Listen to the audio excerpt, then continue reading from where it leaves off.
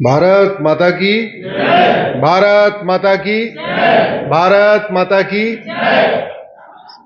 सबका भोजन हो गया कि नहीं हुआ है? अश्विनी भाई को भी एक बार जय बोलो। अरे नहीं, हम हमारे लिए लड़ रहे हैं ना। मंच पर उपस्थित परम पूज्य महामंडलेश्वर जी, हमारे भाई विष्णु जैन जी, तुषार जी और सामने बैठे सभी माताओं को, बहनों को मैं प्रणाम करता हूं। जो हमसे बड़ी हैं उनको प्रणाम करता हूं, जो छोटी हैं उनको अपना आशीर्वाद देता हूं।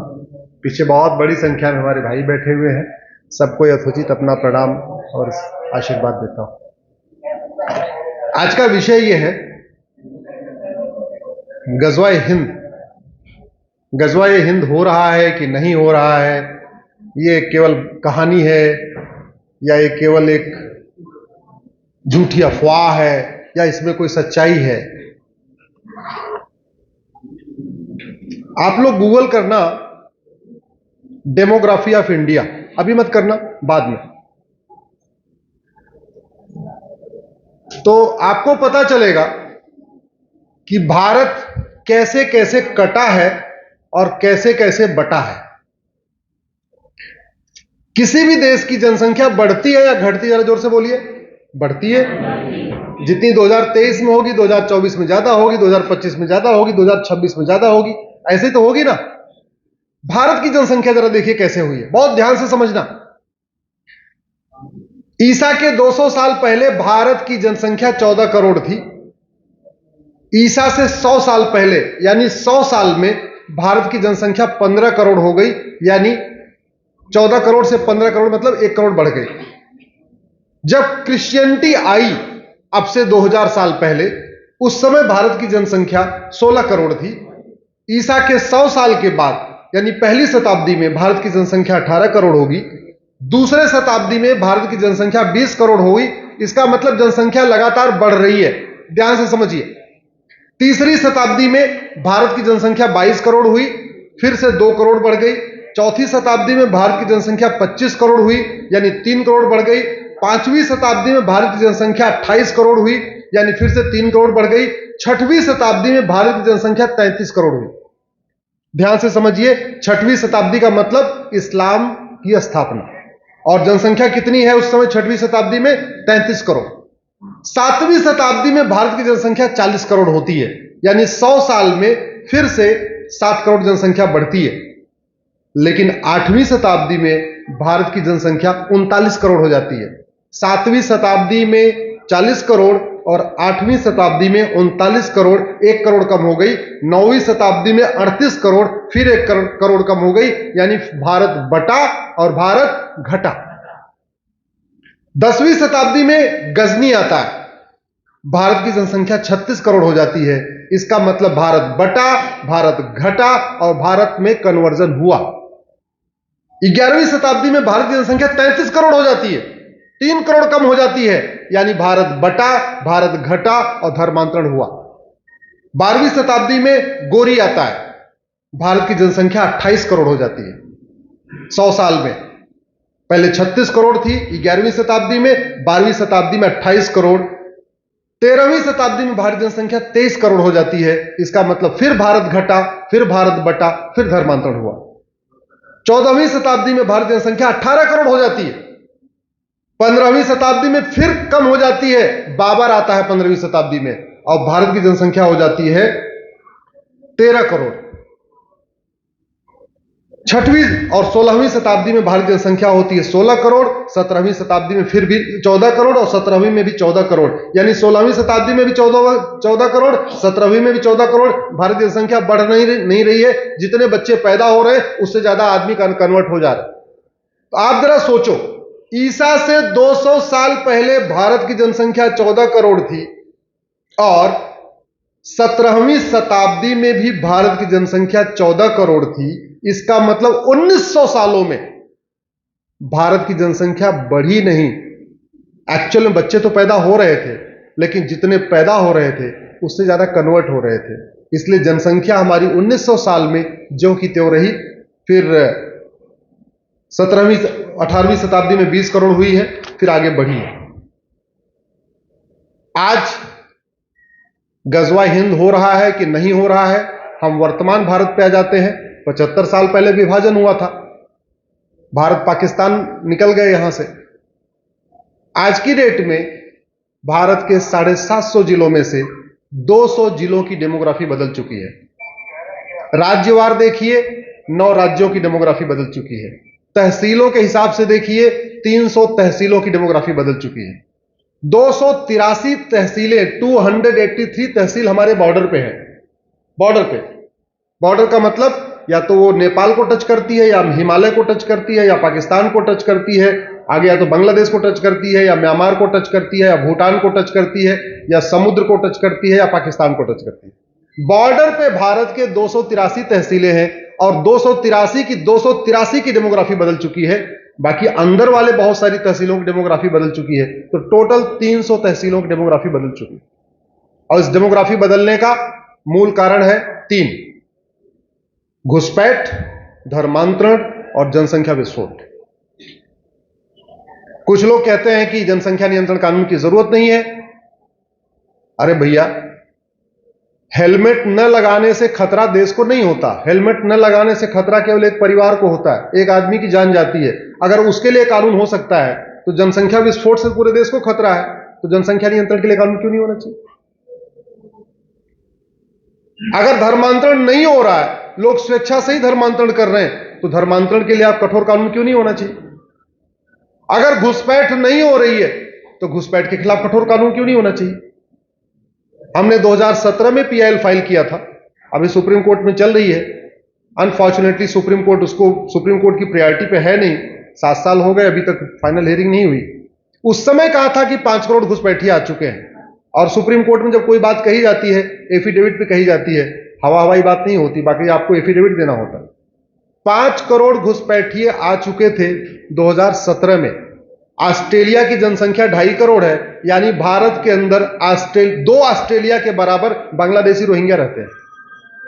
कनाडा की जनसंख्या 4 करोड़ है और भारत में घुसपैठिए 5 करोड़ है, यानी कनाडा का सवाई भारत में घुसपैठिए रहते हैं।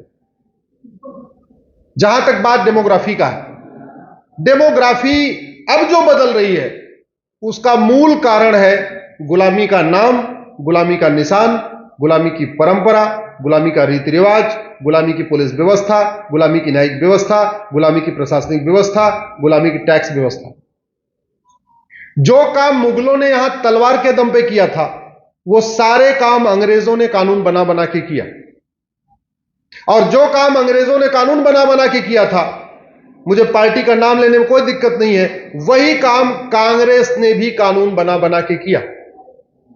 हमारे विष्णु भाई ने 2 कानून बताया, विशेष रूप से एक माइनॉरिटी बताया और एक वक्फ बताया। कानून जरा देखिए, कांग्रेस डिवाइड एंड रूल की पॉलिसी, एक ही तीर से 2 निशान। जिसको फायदा पहुंचाना था उसको तो फायदा पहुंचा दिया माइनॉरिटी कानून से, लेकिन हमको मेजॉरिटी बना दिया, विष्णु को माइनॉरिटी बना दिया। 1992 के कानून का यह भी दुष्परिणाम है। आपस में हिंदू, जैन, बौद्ध, सिख को ही लड़ा दिया। तभी एक जैन कह रहा है कि माइनॉरिटी नहीं होना चाहिए। हाँ।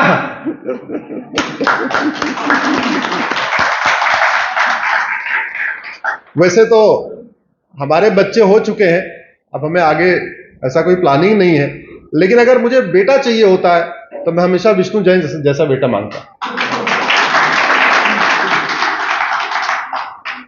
मैं तो चाहता हूं कि भारत में 750 जिले हैं, अगर हमें 750 विष्णु जैन मिल जाए ना, तो हम बहुत बड़ा काम कर सकते हैं। दुर्भाग्यवश है नहीं हमारे पास। हमें 750 विष्णु जैन चाहिए, हर जिले में हमें एक विष्णु जैन चाहिए। कैसे बर्बाद किया आप सोचिए। 1857 में मंगल पांडे की क्रांति हुई। मंगल पांडे की क्रांति को दबाने के लिए अंग्रेजों ने एक लॉ कमीशन बनाया। मैकाले को लॉ कमीशन का चेयरमैन बनाया। मैकाले को बोला तुम कानून बना के भारतीयों को गुलाम बनाओ।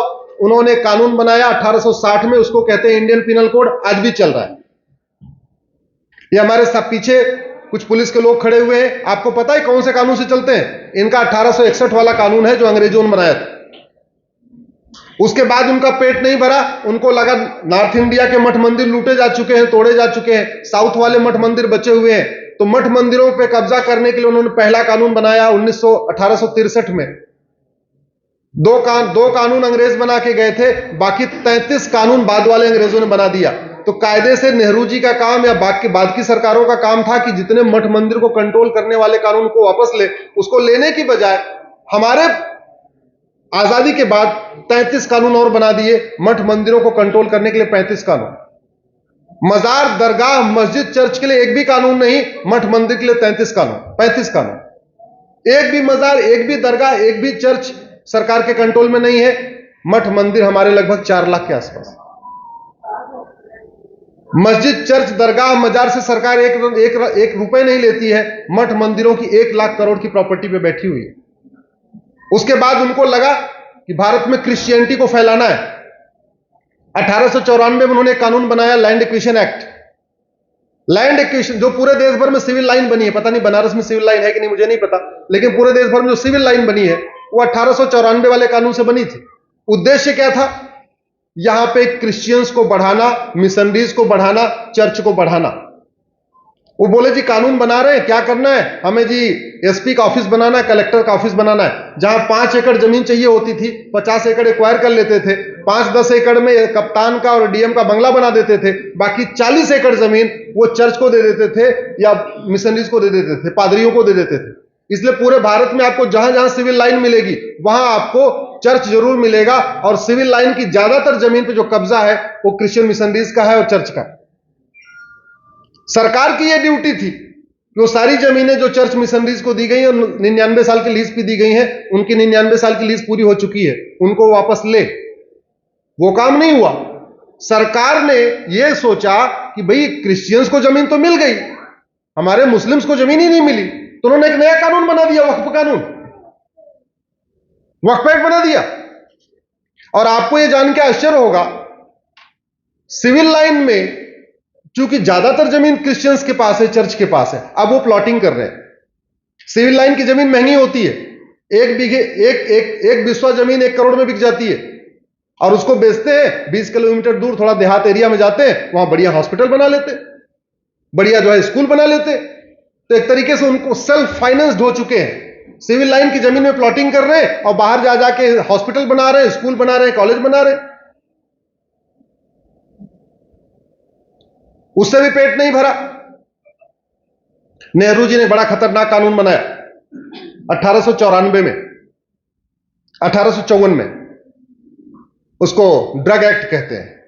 उस ड्रग एक्ट को बना के उन्होंने भारत के हेल्थ केयर सिस्टम को 3rd क्लास बना दिया। जिन बीमारियों का इलाज योग में है, नेचुरोपैथी में है, जिन बीमारियों का इलाज प्राकृतिक चिकित्सा में है, परमानेंट इलाज है जिन बीमारियों का, अगर उसके बारे में भी कोई वैद्य, आयुर्वेद, योगाचार्य अगर क्लेम कर दे तो नेहरू जी का 1894 का कानून उसको अपराधी घोषित कर देता है। जिन बीमारियों का इलाज चरक संहिता में है, सुश्रुत संहिता में है, माधवकर संहिता में है, वाग्भट संहिता में है, भाव प्रकाश संहिता में है, महर्षि पतंजलि के योग सूत्र में है, अगर उन बीमारियों का इलाज वो लोग खुलेआम कह दें कि हाँ इसका इलाज हम करते हैं, हमारे पास है, तो उनको लीगल नोटिस आ जाती है। संविधान कहता है सिटीजनशिप एक्ट बनाओ।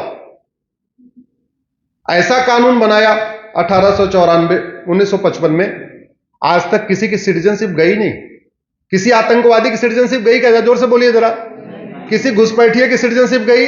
किसी अपराधी की, माफिया की, ड्रग स्मगलर की सिटीजनशिप गई क्या? यह कानून बना है, उससे पेट नहीं भरा।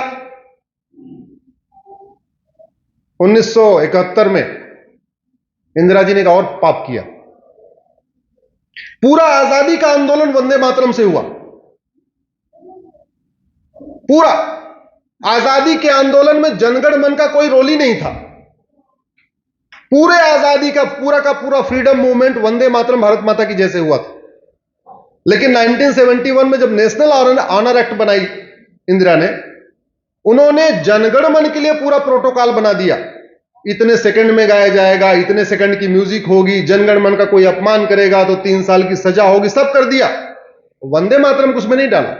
इसलिए वंदे मातरम को सीरियल में लोग अलग तरीके से गाते हैं, फिल्मों में अलग तरीके से गाते हैं, पॉलिटिकल रैलियों में अलग तरीके से गाते हैं। उसकी जिसकी जो मन करता है वैसी गा लेता है, जिसको जब मन करता है वैसी उसकी म्यूजिक बजा देता है। आदमी खड़े होके गाए, बैठ के गाए, ना गाए, अपमान करे, कोई कानून ही नहीं। 1984 में हम सब लोगों के परिवार के लोगों ने नारा दिया, अब की बार 400 पार। 1984 में नारा दिया था। क्या नारा दिया? अब की बार, और 404 सीट मिली। राजीव गांधी को 404 सीट मिली। और 1984 में उन्होंने एक बड़ा महापाप किया, जिसको विष्णु ने बताया अभी। वक्फ एक्ट में बदलाव किया, और केवल फायदा पहुंचाने के लिए एक कम्युनिटी को। उससे पेट नहीं भरा राजीव गांधी का। जो लोग सोचते हैं राजीव गांधी बड़े अच्छे थे, बड़े ऐसे थे, अगले साल 1985 में उन्होंने सिटीजनशिप एक्ट को ही बदल दिया। पूरे भारत में नागरिकता की जो कट ऑफ डेट है 1947 है। संविधान यह कहता है कि जो लोग 1947 में भारत में आ गए थे, ये नेचुरल सिटीजन है, ये मतलब सब भारतीय हो गए, इनको कुछ अप्लाई नहीं करना। लेकिन जो 47 के बाद आए हैं, इनको भारत का सिटीजनशिप लेने के लिए एप्लीकेशन देना पड़ेगा। असम में उस समय 60 लाख बांग्लादेशी रह रहे थे। राजीव गांधी ने 1985 में सिटीजनशिप एक्ट को बदला, और बदल के सेक्शन 6A जोड़ दिया। और सेक्शन 6A कहता है पूरे भारत के लिए कट ऑफ डेट तो 1947 है, लेकिन असम के लिए कट ऑफ डेट 71 है। अब इसका दुष्परिणाम क्या हो रहा है, सोचिए जरा। क्योंकि बॉर्डर पे किसी का सीसीटीवी तो लगा नहीं है कि पता चले कौन सा घुसपैठिया किस दिन आया। किसी को पर्ची तो कटती नहीं है बांग्लादेशी को आते समय कि कौन सा घुसपैठिया कब आया। तो राजीव गांधी ने कानून बना के बोला 71 कट ऑफ डेट है। अब जो 80 में आए, 85 में आए, जो 90 में आए, 95 में आए, 2000 में आए, कभी भी आए, वो कह रहे जी हम 71 के पहले ही आ गए थे। आप समझ रहे हैं ना क्या? वो कह रहे थे असम हम 71 के पहले आ गए थे। बोले तुम नहीं आए थे। बोले नहीं आए तो दिखाओ हम कब आए फिर। अगर ये सेक्शन 6 से नहीं हटा तो भारत में एनआरसी कभी सफल हो ही नहीं पाएगा। क्यों? क्योंकि अगर आप बनारस में भी घुसपैठियों को पकड़ोगे तो पता क्या कहेगा, ऐसा जी हम बनारस तो बाद में आए, असम में हम 71 में आ गए थे, वो बाद में नौकरी की तलाश में इधर आ गए।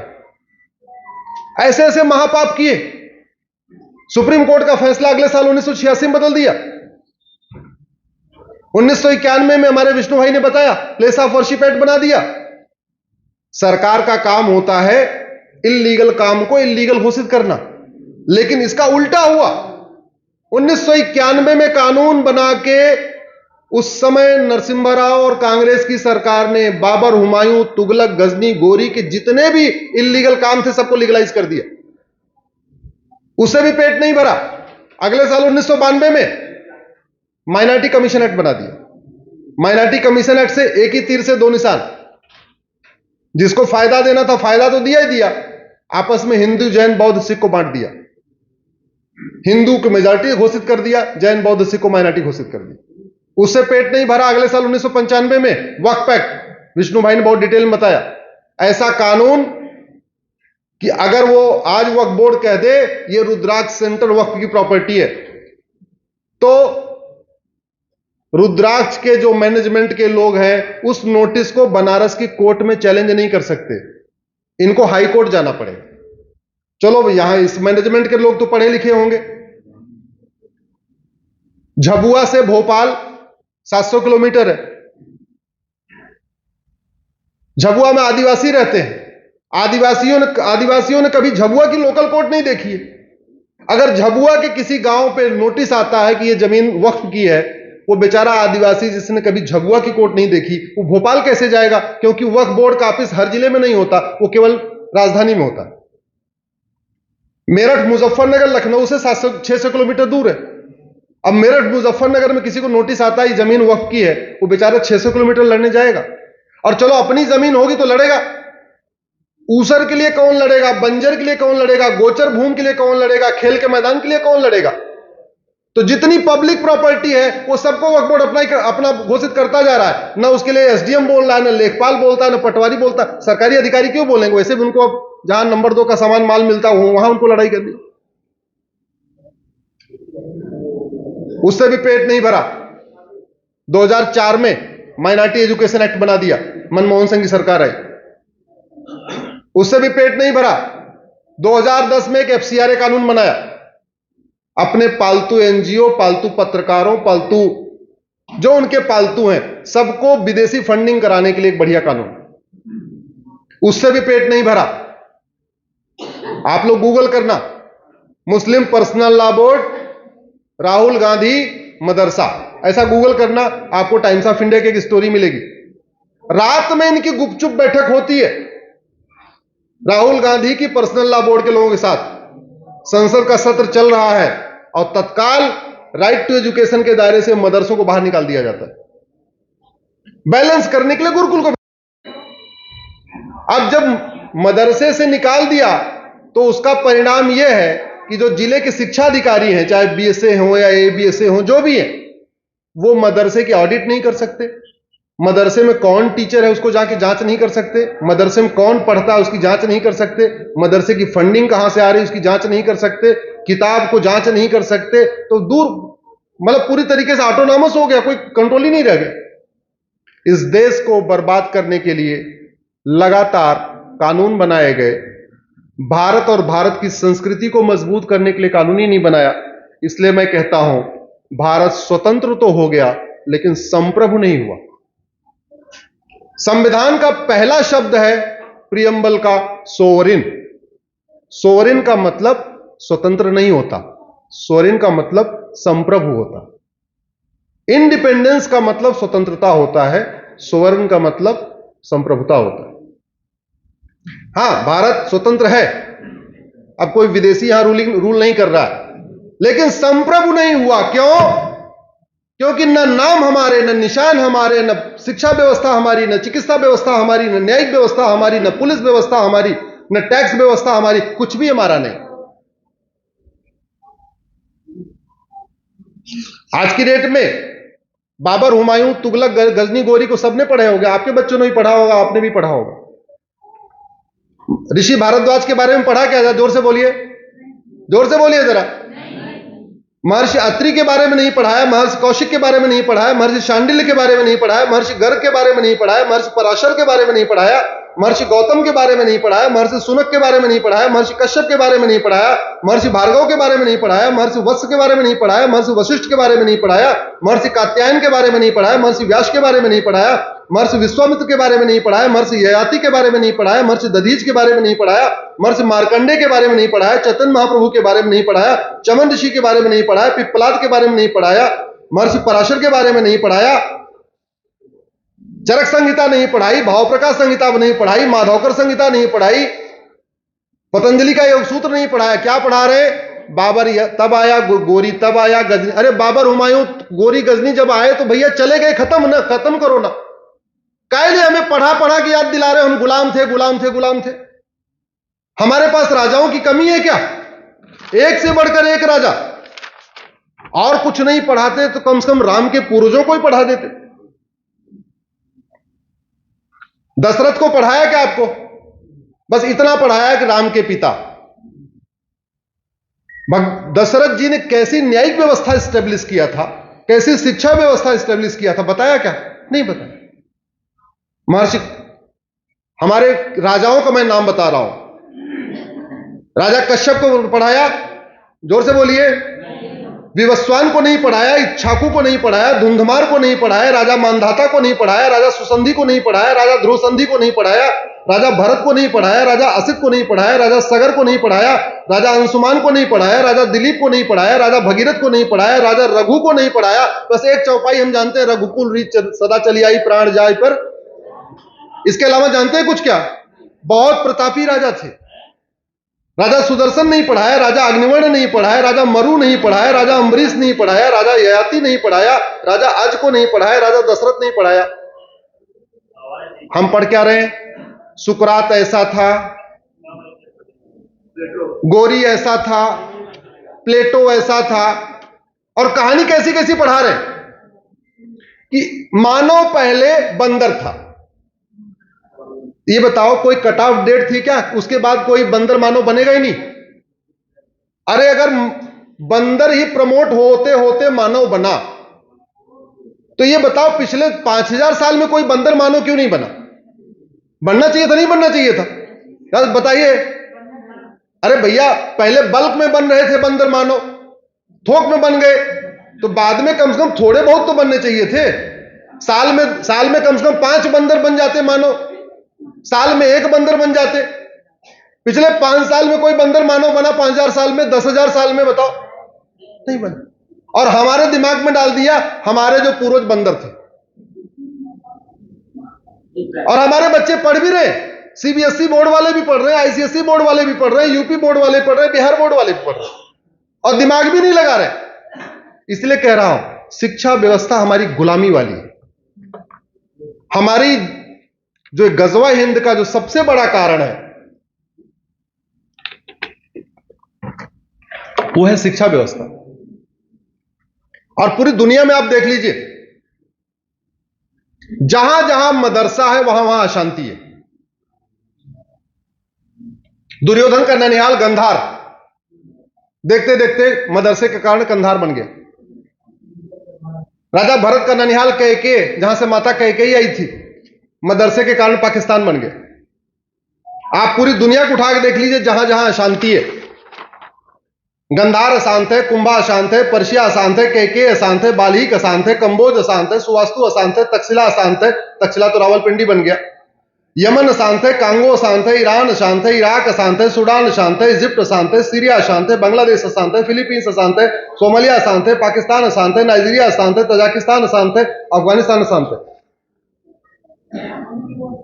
इनफैक्ट अब आ गया है विष्णु जी, अब हमें इस बात पर विचार करना पड़ेगा कि जो किताबें कॉन्स्टिट्यूशन के प्रियम्बल के खिलाफ हैं, जिन किताबों में महिला पुरुष को समान नहीं माना जाता, क्या उनको भारत में फ्रीडम ऑफ रिलीजन मिलेगा? क्या?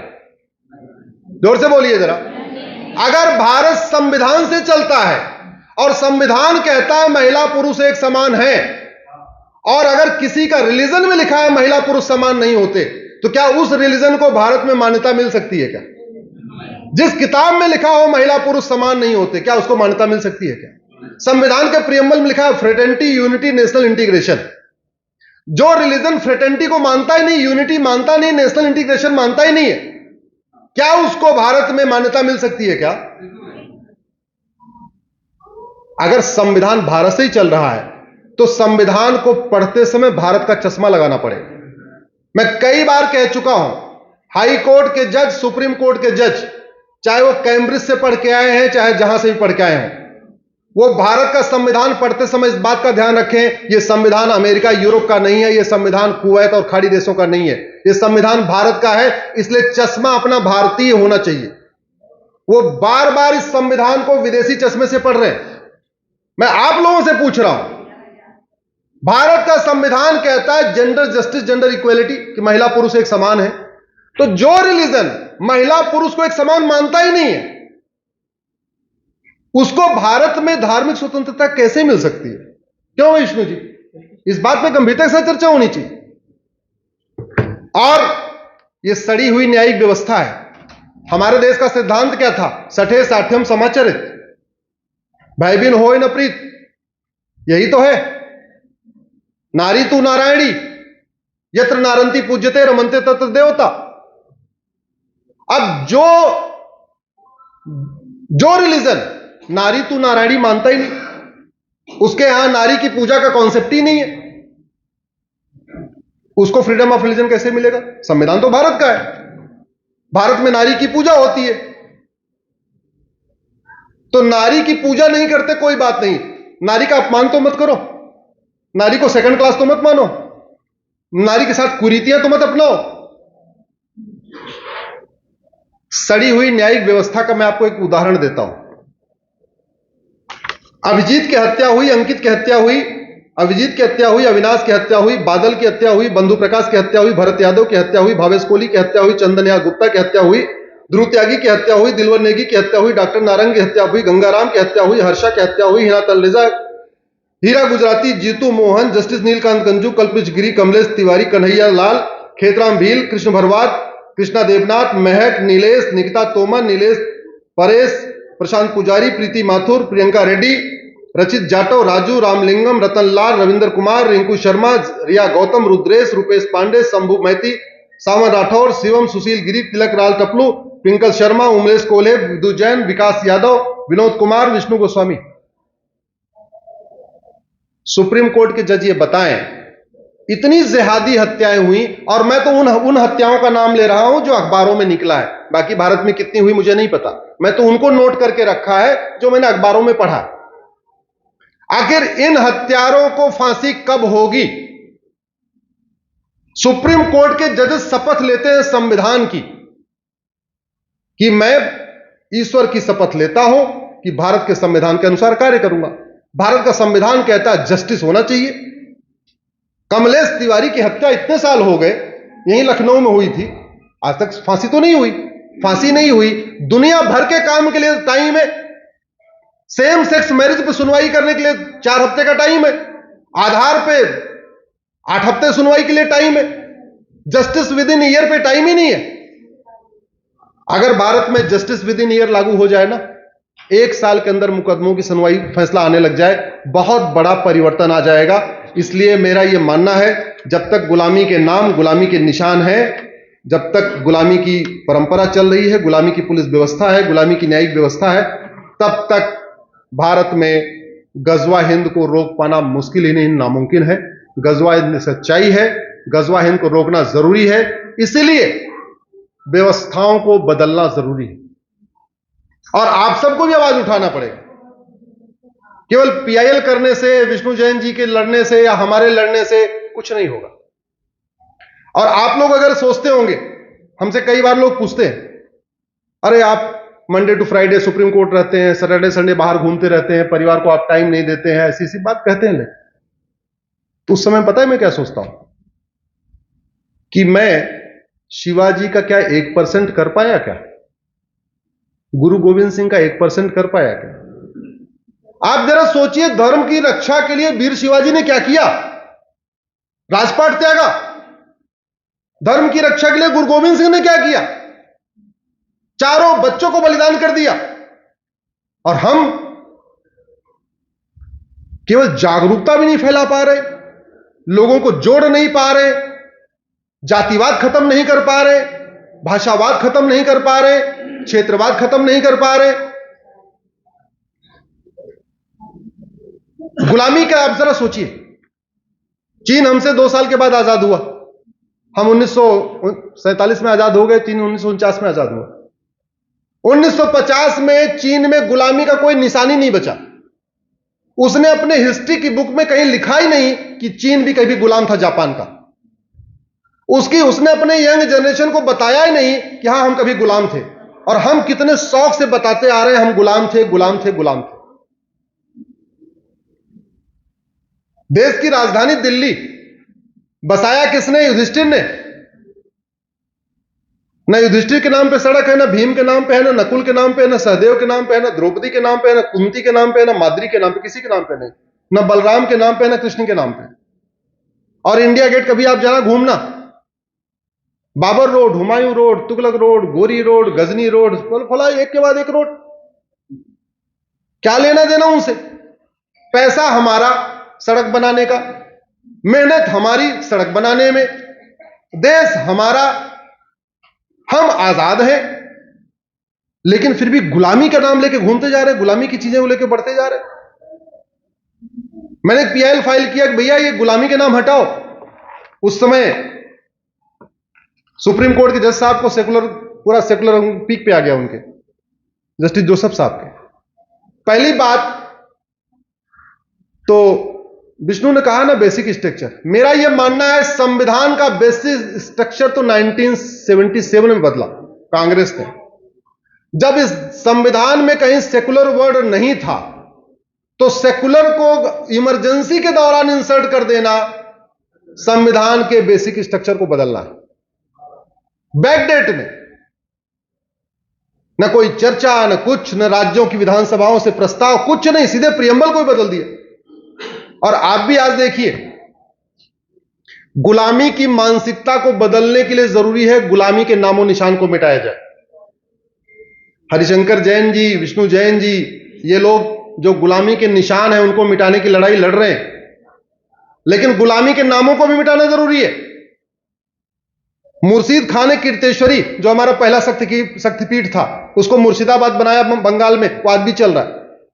मिर्जा ने विंध्याचल को मिर्जापुर बना दिया, जौना खान ने जमदग्निपुरम को जौनपुर बना दिया, मुजफ्फर खान ने विदेह को मुजफ्फरपुर बना दिया, होशियार खान ने विराट को होशियारपुर बना दिया, गाजी खान ने गजप्रस्थ को गाजियाबाद बना दिया, फरीद खान ने तिलप्रस्थ को फरीदाबाद बना दिया, बेगू खान ने अजातशत्रु नगर को बेगूसराय बना दिया, शरीफुद्दीन ने नालंदा बिहार को बिहार शरीफ बना दिया, दरभंग खान ने द्वारभंगा को दरभंगा बना दिया, हाजी शमसुद्दीन ने हरिपुर को हाजीपुर बना दिया, जमाल खान ने सिंगजानी को जमालपुर बना दिया, अहमद शाह ने कर्णावती को अहमदाबाद बना दिया, बुरहानपुर ने भगनापुर को बुरहानपुर बना दिया, होशंग शाह ने नर्मदापुरम को होशंगाबाद बना दिया, अहमद शाह ने अंबिकापुर को अहमदनगर बना दिया, तुगलक ने देवगिरी को तुगलकाबाद बना दिया, उस्मान अली ने धाराशिव को उस्मानाबाद बना दिया, फरीद खान ने मोकलहार को फरीदकोट बना दिया, फरूख खान ने पंचाल को फरुखाबाद बना दिया, मुराद खान ने रामगंगानगर को मुरादाबाद बना दिया, मुजफ्फर खान ने लक्ष्मी नगर को मुजफ्फरनगर बना दिया, शाहजहां ने गोमती नगर को शाहजहांपुर बना दिया, बख्तियार खिलजी ने नालंदा को बख्तियारपुर बना दिया, करीमुद्दीन ने करीमनगर बना दिया, महबूब खान ने महबूबनगर बना दिया, अली मीर जाफर ने अलीपुर बना दिया,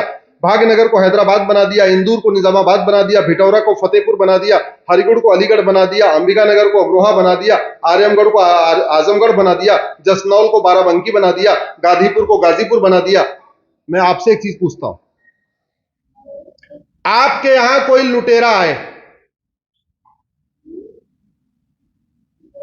घर को लूटे, बहन बेटियों से बलात्कार करे, घर को तहस नहस कर दे और जाते जाते आपके घर की नेम प्लेट को बदल दे, अपनी नेम प्लेट लगा के चला जाए। आप चलो शक्तिहीन हैं, आप नहीं लड़ सकते उस लुटेरे से, आप मजबूर हैं, आपको मारा गया है, पीटा गया है, मर्डर हुआ है, रेप हुआ है, आप कुछ नहीं कर पा रहे हैं तो कोई बात नहीं। 50 साल के बाद, 100 साल के बाद आपका बच्चा बड़ा होता है और वो इस सामर्थ्य के लायक है कि आपके जो नेम प्लेट है उसको उखाड़ के फेंक दे। उसको नेम प्लेट जारी रखनी चाहिए लुटेरे वाली, या नेम प्लेट उखाड़ के फेंक देनी चाहिए? जरा जोर से बताइए। और अगर वो फेंक नहीं रहा तो वो कुलद्रोही है। अगर वो नेम प्लेट को फेंक नहीं रहा तो वंशद्रोही है, कुलद्रोही है, समाज का द्रोही है। आप लोग आवाज उठाइए, सांसदों विधायकों से मिलिए और उनको कहिए कि सबसे पहले वो गुलामी का नाम मिटाएं, गुलामी का निशान मिटाएं, गुलामी की परंपरा मिटाएं, गुलामी के रीति रिवाज उठाएं। ये गुलामी के जो नाम, निशान, परंपरा, कानून, ये हमारे लिए बहुत बड़ा खतरा है और जब तक ये गुलामी की निशानियां नहीं मिटेंगी तब तक गजवा हिंद को रोक पाना बहुत मुश्किल है। आप लोगों ने इतनी देर सुना, गोविंद जी ने मुझे बुलाया, गोविंद जी का बहुत बहुत आभार। कल सुबह 10 बजे फिर मिलेंगे। भारत माता की जय।